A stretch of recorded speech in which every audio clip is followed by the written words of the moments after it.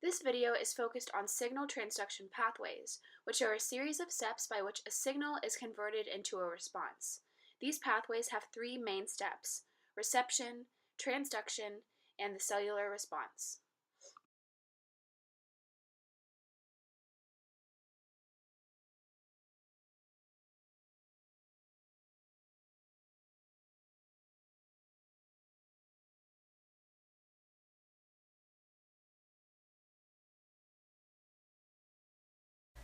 The G-Protein Coupled Receptor System is an example of cell communication associated with polar signal molecules that cannot diffuse through the cell membrane. This system begins when a signaling molecule, called a ligand, attaches to the G-protein coupled receptor, which is located in the cell membrane. When a signal molecule attaches to the receptor, the protein changes shape. Then, an inactive G-protein with GDP attached to it moves towards the receptor. When it binds to the receptor, the GDP gains a phosphate and changes to GTP, making it active. The G-protein detaches from the receptor and it moves along the cell membrane toward an inactive enzyme, which in this case is adenylate cyclase. Adenylate cyclase is an enzyme in the cell membrane that is responsible for the production of cyclic AMP, known as CAMP. When the G-protein binds to the adenylate cyclase, this activates the enzyme. Adenylate cyclase will then convert ATP to CAMP in response to this binding. CAMP plays an important role in activating the phosphorylation cascade. It activates protein kinase A, which then activates protein kinase B through phosphorylation, in which a phosphate is attached to protein kinase B. As a result of this action, protein kinase A becomes inactive. Protein kinase B then phosphorylates and activates protein kinase C through the transfer of phosphate, therefore making protein kinase B inactive. Protein kinase C then phosphorylates and activates protein kinase D, then becoming inactive.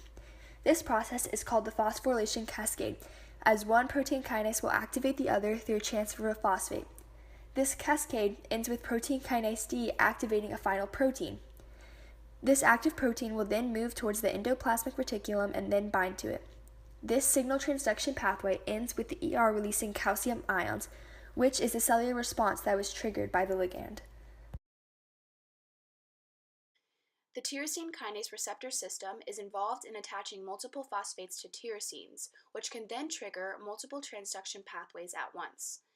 The signal transduction pathway begins with a signal molecule, called a ligand, binding to the ligand binding site. This causes the two receptor tyrosine kinase proteins to combine into a dimer. The activated tyrosine kinase regions cause 6 ATP molecules to dephosphorylate into 6 ADP molecules, each releasing a phosphate.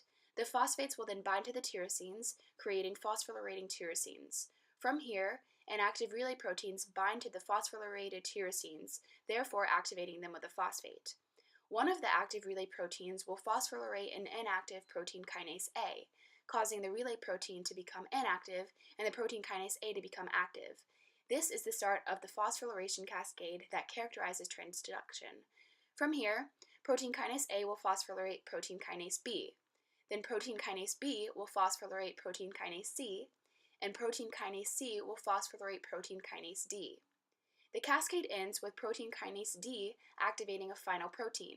This active protein will then move towards the endoplasmic reticulum and bind to it. This signal transduction pathway ends with the endoplasmic reticulum releasing calcium ions, which is the cellular response that was initially triggered by the ligand.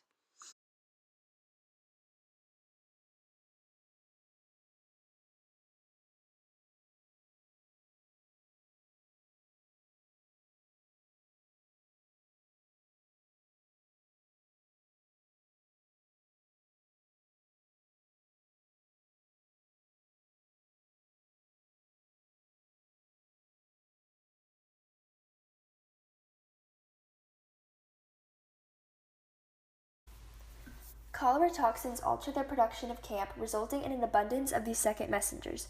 Normally, a signal molecule binds to the G-protein coupled receptor, thus activating it, causing a conformational change. This change in shape results in an inactive G-protein binding to the receptor, causing the GDP attached to it to change into GTP. This activates the enzyme adenylate cyclase, which transforms ATP into CAMP, a second messenger protein that further activates other proteins in the pathway. Normally, after CAMP is produced, the inactive G protein will detach from the enzyme and this process will be repeated once a signal molecule binds to the G-protein coupled receptor. However, with cholera, this does not occur correctly. In the intestinal tract, Vibrio-cholera surround cell surfaces and secrete a cholera toxin, which is comprised of an A subunit that exhibits the toxin activity and 5 B subunits which specialize in binding to the cell membrane.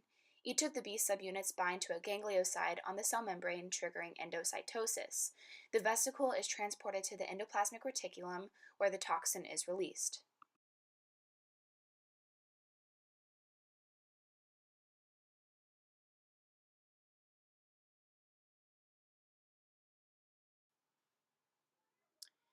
The A subunit is then released from the rest of the complex and exits the endoplasmic reticulum. The mission of the A subunit is to modify G proteins, which bind to the enzyme adenylyl cyclase and control its activity. The A subunit binds to the G protein and prevents it from cleaving GTP into GDP and a phosphate after it produces CAMP with adenylyl cyclase. The G protein will continually bind to the adenylyl cyclase enzyme and create excess amounts of CAMP. The CAMP molecules will build up in the cell. Elevated levels of CAMP stimulate a host enzyme called kinase A. When activated, this kinase activates a series of protein channels, including one called CFTR.